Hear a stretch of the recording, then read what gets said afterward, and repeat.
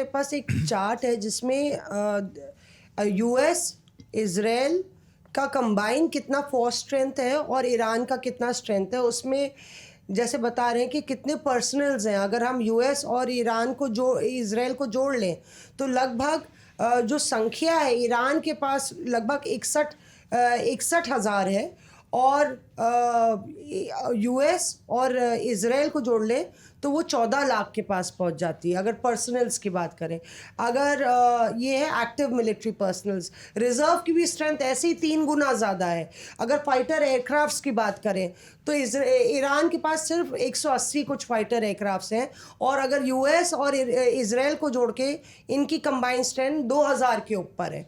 तो एक जगह 180 है, दूसरी जगह 2000 है, एक जगह 13 है अटैक हेलीकॉप्टर्स ईरान के पास, और यूएस अगर साथ में आ जाए इजराइल के तो 1000 के ऊपर है। ज़ाहिर तौर पे देश सबमरीन्स हो चाहे फ्लीट स्ट्रेंथ हो, मिसाइल्स की बात कर रहे थे हम लोग, तो यूएस और इजराइल का तो डिस्क्लोज नहीं है, जिस तरह से बता रहे थे कि इतनी मिसाइल्स की बारिश कर दी। तो ईरान के पास भी एक रेजर्वॉयर है, 2000 से 3000 मिसाइल्स उनके पास है।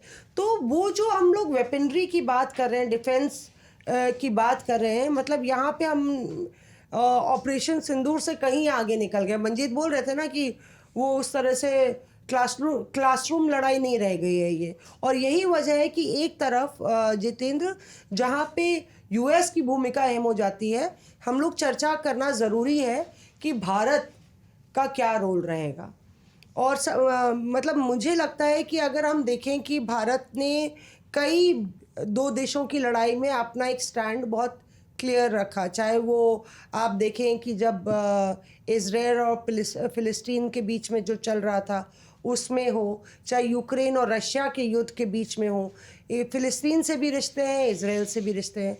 यूक्रेन और रशिया में भी प्रधानमंत्री नरेंद्र मोदी ने बोला कि not the era of war. तो 3-4 ऐसे युद्ध हुए हैं जहाँ पे भारत ने अपना एक स्टैंड, अलग स्टैंड कायम किया। लेकिन मतलब मुझे लगता है कि मेरे हिसाब से सबसे बड़ा डिप्लोमेटिक चैलेंज इंडिया के लिए इस वाले युद्ध को में एक स्टैंड लेना है, और वो इसलिए भी है क्योंकि ईरान से भारत के काफ़ी ऐतिहासिक रिश्ते रहे हैं, और दूसरी तरफ चाहे वो ट्रांसपोर्ट हो या ट्रांजिट हो, ईरान सेंट्रल एशिया के लिए भारत के लिए एक बहुत बड़ा रूट है। पाकिस्तान को अगर बाईपास करना हो, और उसको भारत जो है बिल्कुल भी साइडलाइन करने की कोशिश नहीं करेगा। किस तरह से भारत का रोल?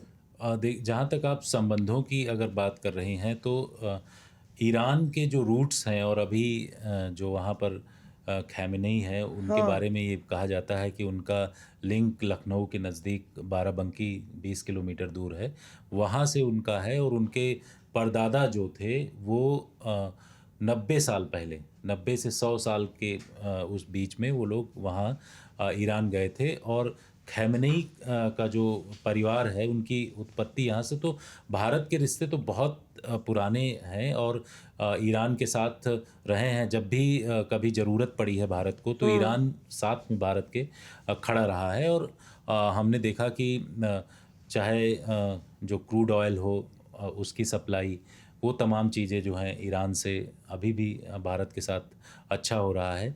और इन तमाम चीज़ों को लेकर के, लेकिन सबसे ख़ास बात यह है कि जिस तरीके का माहौल अभी इस वक्त बना हुआ है, पिछले 8 दिनों से जो हम लोग सिचुएशन देख रहे हैं कि दोनों कंट्रीज़, इज़राइल और ईरान, एक दूसरे के ऊपर अपनी पूरी ताकत लगा रहा है।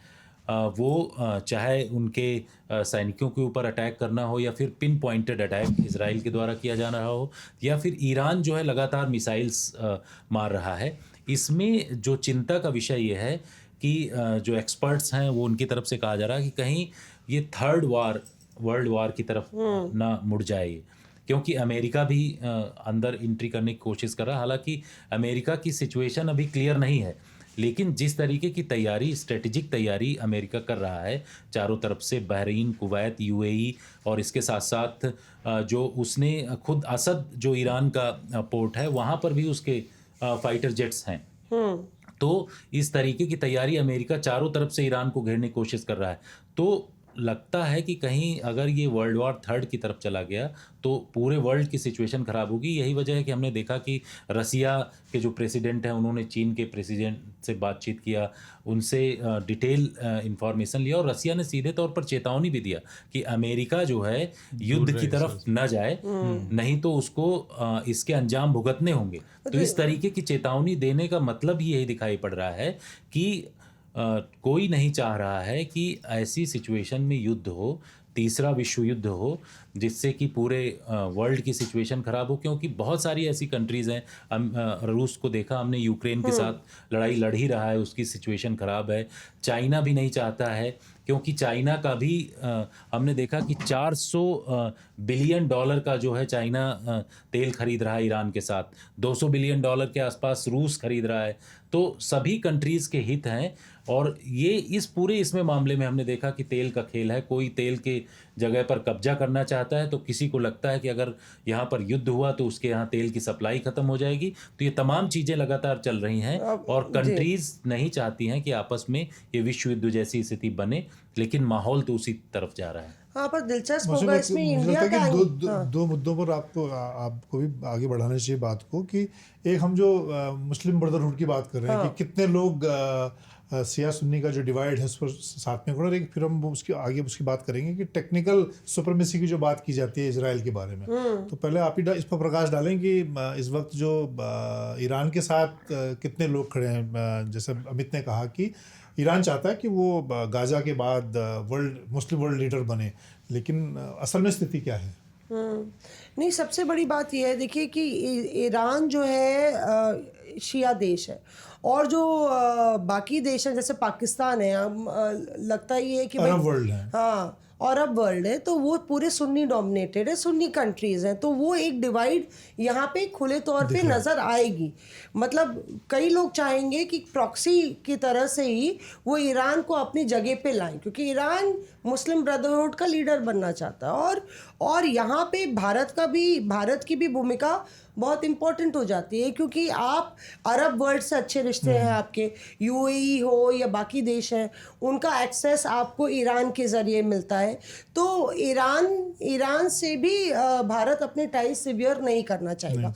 जो बात मैं भारत की भूमिका पर ला रही थी कि जब आप यहाँ पे जिक्र कर रहे हैं कि आपका सुप्रीम लीडर के रिश्ते भारत से, मतलब उनके पुश्तैनी रिश्ते हैं, पंचतंत्र जो भारत की पंचतंत्र है, वो पर्शिया के शाह ने भेजा था अपने चिकित्सक को कि आप यहाँ पे जाइए और यहाँ से आप पंचतंत्र लेके आइए, और जो नैतिकता की कहानियाँ हैं उनको पर्शियन लैंग्वेज में, अरब लैंग्वेज में वहीं से ट्रांसलेट हुई। तो वो भारत उसको लीवरेज करेगा। और जहाँ तक वो इज़राइल की टेक्निकल सुप्रीमेसी की बात है, मतलब ये भी एक टाइट रोप वॉक है भारत के लिए। मतलब हम एक तरफ अगर इस्लामिक ब्रदरहुड की बात करें, भारत के लिए भी टाइट रोप वॉक है, क्योंकि पिछले 10 साल में मोदी सरकार में इज़राइल के साथ जो ट्रेड है वो लगभग 33% का इजाफा हुआ है। और मिलिट्री रिलेशन तो बहुत ज़्यादा बढ़े हैं, और मिलिट्री रिलेशंस, हाँ, मिलिट्री रिलेशंस बहुत बड़े हैं। और इज़राइल ने सबसे इम्पोर्टेंट, मंजीत, कि ऑपरेशन सिंदूर में इज़राइल ने बिल्कुल अकेला देश है, सबसे सीधी लकीर खींची है। पर वहीं पे ईरान जिस तरह से बैलेंस करता है, उसने पाकिस्तान के साथ उसके जो रिश्ते हैं, और वो पाकिस्तान की कभी साइड नहीं ली उसने। वही शिया सुन्नी और मुस्लिम ब्रदरहुड की बात आ जाती है कि जो भारत में शिया कनेक्शन है, भारत का शिया कनेक्शन है इज़राइल से। बहुत सारे ऐसे लोग हैं जो शिया ओरिजिन के हैं, जो इज़राइल में रह रहे हैं, इंडियन ओरिजिन के हैं, और इस तरह का एक्सचेंज है। तो ये लगातार इस तरह का डिवीज़न हम लोग ने पहले भी इस्लामिक पूरी कम्युनिटी में देखा है, और वो पॉलिटिक्स इस पर हावी होगी। पर इम्पॉर्टेंट ये भी हो जाता है कि अगर भारत के लिए सबसे बड़ा चैलेंज है, तो सामने इज़राइल के पास क्या ऑप्शंस हैं? क्या इज़राइल पूरी तरह से, अभी नेतन्याहू क्या सोच रहे हैं, ये महत्वपूर्ण हो जाता है। और यहाँ पे मैं आपसे पूछना चाहूँगी, क्योंकि कहीं ना कहीं बेंजामिन नेतन्याहू और प्रधानमंत्री नरेंद्र मोदी की स्टाइल ऑफ फंक्शनिंग की तुलना भी हुई है, उनकी दोस्ती का भी जिक्र हुआ है और जिस तरह से ट्रेड में इजाफा हुआ है। पहले हम लोग सिर्फ जो है बात करते थे कि डिफेंस इक्विपमेंट्स की, अब एग्रीकल्चर के क्षेत्र में भी इजराइल के साथ बहुत ज़्यादा कोऑपरेशन है, मेडिकल इक्विपमेंट से लेके। और बहुत सारे जूइश लोग जो हैं भारत से अब इजराइल पासपोर्ट पे इजराइल में रह रहे हैं, 26,000 से भी ज़्यादा। तो आपको लगता है कि बेंजामिन नेतन्याहू की लीडरशिप यहाँ पे, क्योंकि कहा जा रहा है वो वॉर मॉन्गरर है, सबसे लड़ाई करना चाहते हैं, और यहाँ पे किस तरह से आप देखते हैं कि इजराइल की भूमिका? बहुत सोशल मीडिया हम सब लोग अगर देखें तो जब से नरेंद्र मोदी और नेतन्याहू की दोस्ती और संबंध बढ़े हैं, नेतन्याहू इंडियन सोशल मीडिया के हीरो हैं। उनके कई मीम हैं, उनके हाथ में गीता दी हुई फोटो नज़र आती है कि उनको वो एक मॉडल है, उनको गीता भेंट करी, वो तस्वीर खूब वायरल होती है। मोदी जी के साथ समुद्र पे घूमते उनकी तस्वीर वायरल, कोई उनको बताता है कि वो यदुवंशी हैं उनका मतलब ऐसे इस तरह की चीज़ें कि वो पुराने यदुवंशी हैं। तो ये सारी चीज़ें। लेकिन मैं एक चीज़ जो कह रहा था कि एक जो मिथ था इजराइल के बारे में कि वो टेक्निकली बहुत एडवांस है, उसके पास उसकी टेक्नोलॉजी, उसमें कई हद तक वो बात सही है। लेकिन 2 मौक़ों पर मुझे लगता है जो मैंने अभी हाल में देखा कि उसका ये मिथ टूटा है दुनिया के सामने। पहली बार जब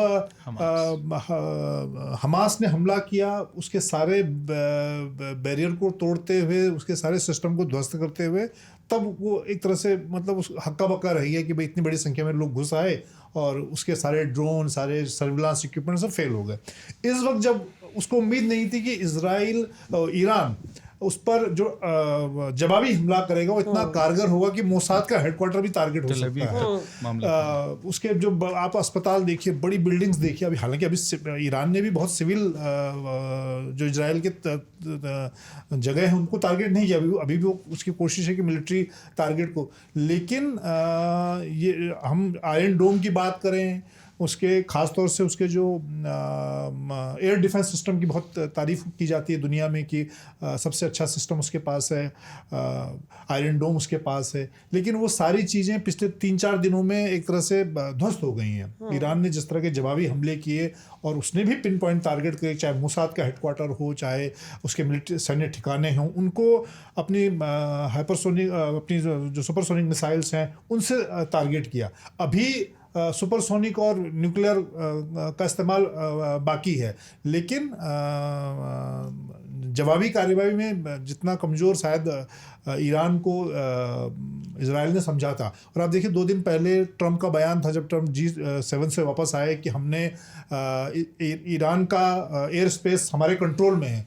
वो बात भी थोड़ी देर बाद गलत साबित हो गई जब खमैनी ने फिर बयान। ट्रंप ऐसा ये ट्रंप का स्टाइल है युद्ध में झूठ सच बोलना, माहौल बनाना, कुछ भी बोल दीजिए कि हमने ईरान के एयर सुप्रीम लीडर हमारे टारगेट पे हमारे है, हम एलिमिनेट करेंगे, लेकिन हम करेंगे लेकिन अरे बाराबंकी से हमारे सुप्रीम लीडर बाराबंकी से आए हैं, बताओ। तो वॉर में ये सब चीजें और सोचा था किसी ने? हमने देखा इसमें इसकी भी बात होनी चाहिए कि आप देखिए इजराइल इस वक्त पूरे दुनिया में चाहे किसी भी सारे जर्नलिस्टों को एक्सेस दे रहा है, खूब इंटरव्यू दे रहा है, बातें कर रहा है। उनका एम्बेसडर, हमारी रिपोर्टर गई ना, शिवानी गई वहाँ पे, उनका एम्बेसडर स्टूडियो में आके पूरा बता रहा है कि हम क्या क्या कर रहे हैं।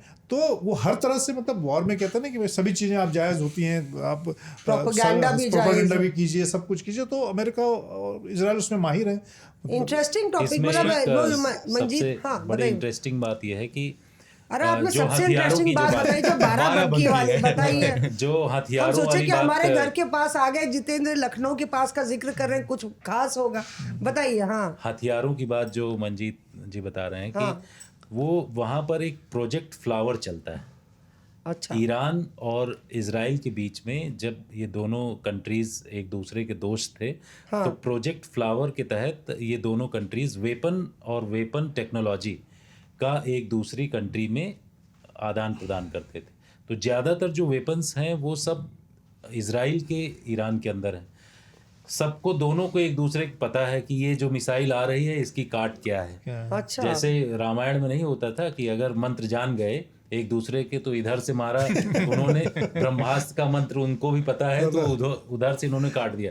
तो दोनों का जो प्रोजेक्ट बारिश फ्लावर वाला आ रहा है या कौन सा आग वाला आ रहा है, आग्नेयास्त्र है या क्या है, हाँ। प्रोजेक्ट फ्लावर के तहत दोनों कंट्रीज एक दूसरे के वेपन्स का वो करते थे इस्तेमाल। और क्योंकि ईरान के पास टेक्नोलॉजी नहीं थी इसलिए सब कुछ इजराइल की तरफ से दिया जाता था, सब कुछ इन्होंने ट्रेंड किया।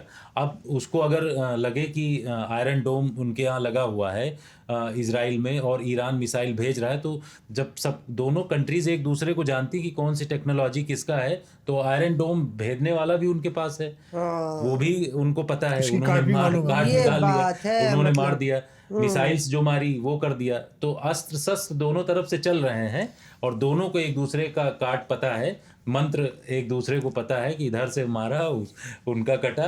तो ये सारा चीज चल रहा है, किसी को भी इजराइल और ईरान में कहीं भी दिक्कत होने वाली नहीं है, क्योंकि टेक्नोलॉजी का आदान प्रदान एक दूसरे के साथ दोनों चल करते रहा है, चल रहा है। बाद में ये सारी चीजें हुई जब 25, 26, 30 साल का जो वक्त हुआ जब से कट्टरपंथी आ गए, उसके बाद से तो ये सारी चीजें उसके बाद में बदली हैं, लेकिन टेक्नोलॉजी वही चल रही, ट्रेंड लोग वही हैं देख, जो समझ ईरान रहे में हैं है, आप? जो इजराइल में।